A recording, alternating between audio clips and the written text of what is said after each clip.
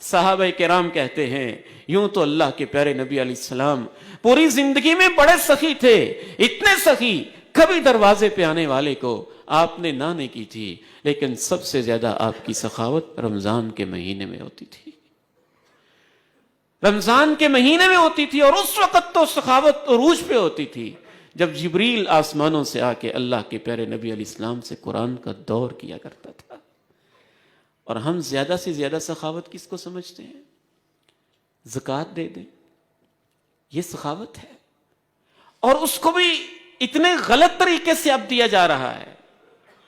افطاری کے دسترخوان لگا دیے اور یہ سمجھا کہ چلو یہ زکوٰۃ فنڈ سے کٹوتی ہو جائے گی۔ اور میرے بھائیوں، افطاری کے دسترخوان آپ کی ڈونیشن سے تو لگ سکتے ہیں، آپ کے نفلی صدقے سے تو لگ سکتے ہیں، آپ کے ویسے شوق اور محبت والے خیرات سے تو لگ سکتے ہیں، زکوٰۃ تو اس وقت تک ہوتی ہی نہیں جب تک غریبوں کو ان کا حق نہیں دیا جاتا۔ زکوٰۃ تو احسان نہیں ہوتا، زکوٰۃ تو اس غریب کا احسان ہوتا ہے جو ہمیں موقع دیتا ہے کہ ہم صحیح جگہ پہ اس کو زکوٰۃ دے سکیں۔ یہ تو اس کا حق ہوتا ہے، اور اس وقت تک ادا نہیں ہوتی جب تک اس کو مالک نہیں بنایا جاتا۔ فقہا کا اس بات کے اوپر اتفاق ہے کہ زکوٰۃ کے جو مصارف ہیں اس میں لام تملیک کے لیے ہے، انما الصدقات للفقراء والمساکین، کہ جو آپ کی زکوٰۃ ہے 2.5% وہ آپ غریب کے ہاتھ میں تھمائیں، اس کی مرضی ہے، جو چاہے لے، وہ چاہے کپڑے لے، وہ چاہے کھانا لے، وہ چاہے بچوں کی کتابیں لے، وہ یونیفارم لے، وہ اسکول کی فیس دے۔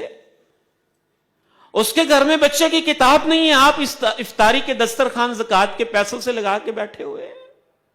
اس کے گھر میں بجلی کا بل دینے کے لیے نہیں ہے، آپ مسجد کے باہر افطاری کے دسترخوان گلیوں چوکوں چوراہوں میں کھول کے زکوٰۃ کی کٹوتیاں کر کے سمجھ رہے ہیں کہ بڑی سخاوت ہو گئی ہے۔ کریں سخاوت، اچھی بات ہے، لیکن زکوٰۃ کے علاوہ۔ زکوٰۃ تو غریب کا حق ہے، یہ تو آنکھیں بند کر کے یوں سمجھیں کہ اگر میرے مال میں رہ گیا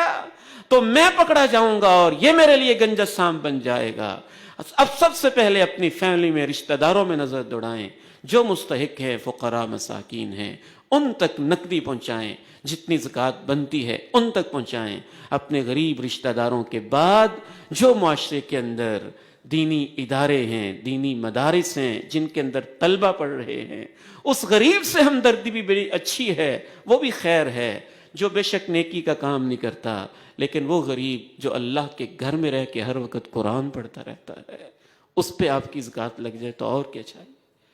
سب سے پہلے غریب رشتہ داروں کو حق رکھیں، ان کو زکوٰۃ دینا انشاءاللہ زکوٰۃ بھی ہے، صلہ رحمی میں ہے، دوہرا اجر ہے۔ اور غریب رشتہ داروں کے بعد دینی اداروں کی طرف نظر دوڑائیں، دینی مدارس کی طرف اور ان میں پڑھنے والے طلبہ کی طرف نظر دوڑائیں، اور ان کے بعد باقی معاشرے کے جو دیگر ضرورت مند طبقات ہیں ان کی طرف نظر دوڑا کے زکوٰۃ دیں۔ اور اگر آپ نے